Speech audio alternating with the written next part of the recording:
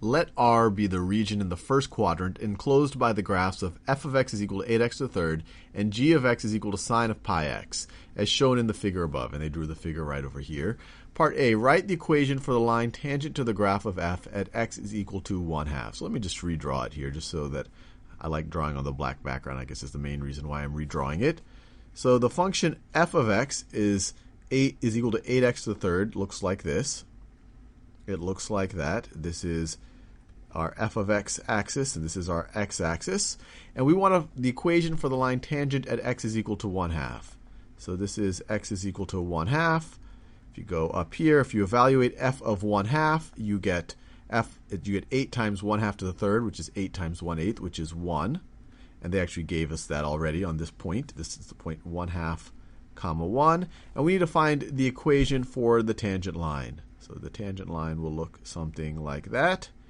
And to figure out its equation, we just literally figure out its slope, and then we know a point that it's on, and you could use point slope, or you could just use your kind of standard slope intercept form to give an equation for that line. So the first part, let's figure out its slope. And the slope of the tangent line is going to be the same slope as the slope of our function at that point. Or another way to think about it, it is going to be f prime of 1/2, or the derivative evaluated at 1/2. The derivative gives us the slope of that line at any point. So what is f prime of x? F prime of x is just the derivative of this. So 3 times 8 is 24 times x squared. 24x squared.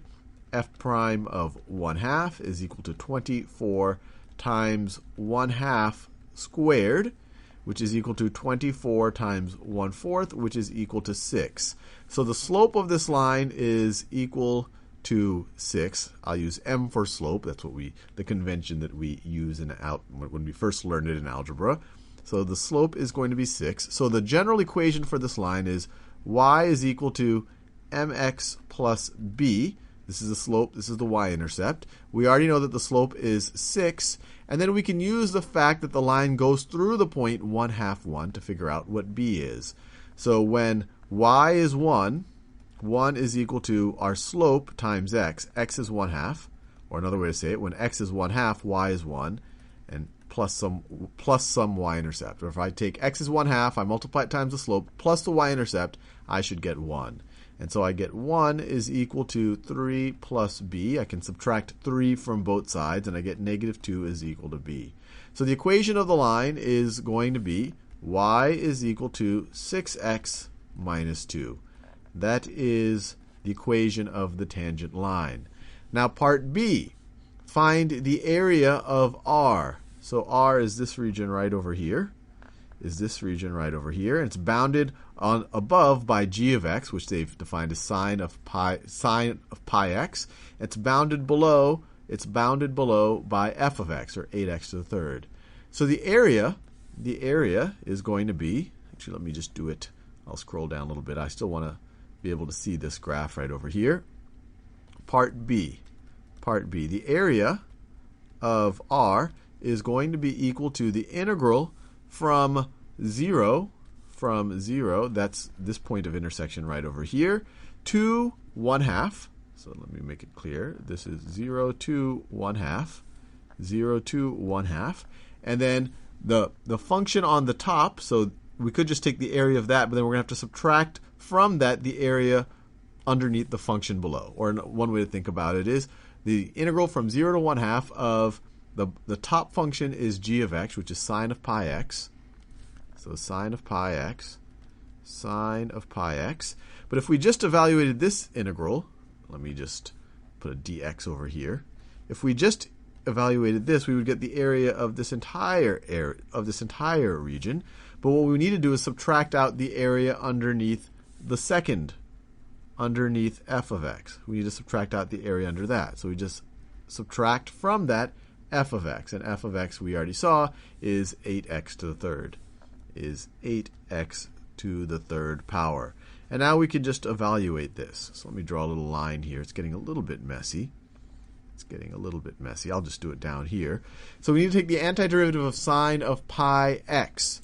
Well, the derivative of cosine of x is negative sine x. The derivative of cosine of pi x is negative pi cosine of pi x. So the antiderivative of sine of pi x is going to be negative 1 over pi cosine of pi x. And you can verify it for yourself, and you might say, wait, so how did you know it was a negative? Well, I put the negative there so that when I take the derivative of the cosine of pi x, I would get a negative sign, but that negative will cancel out with the negative to give me a positive here. And you said, why did you put a 1 over pi here?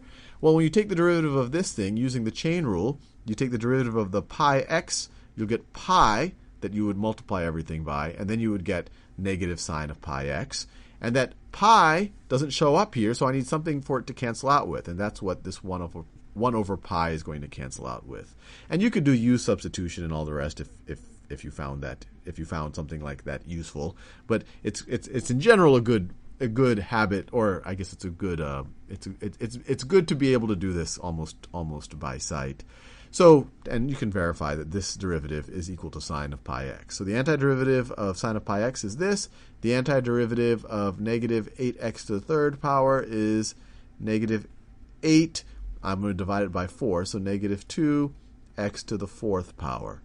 And all I did is I incremented the 3 to a 4, and then I divided the 8 by the 4. And you could take the derivative of this to verify that it is the same thing as negative 8x to the third power.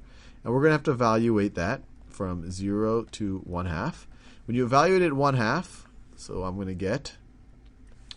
get negative 1 over pi cosine of pi over 2,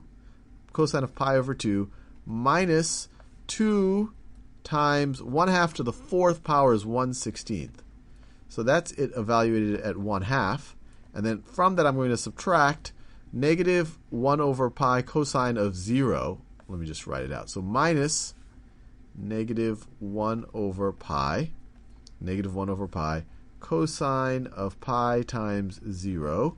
Cosine of pi, let me just write cosine of 0 pi I could write, or pi times 0, minus 2 times 0 to the fourth. So that's just going to be minus 0. So let's evaluate this. So to simplify it, we have a cosine of pi over 2. Cosine of pi over 2 is just going to be 0. So this whole thing just becomes 0. And then you have a negative 2 divided by 16. That's negative 1/8. Negative 1/8. And then from that, I'm going to subtract this business here. Cosine of 0, this is 1. So this is just a negative 1 over pi.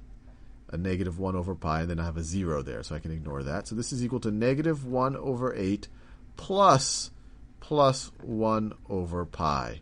And we are done. This part of it, you're not allowed to use a calculator. So this is about as far as I would expect them to get about as far as I would expect them to expect you to get. And so I'll leave you there. In the next video, we will do part C.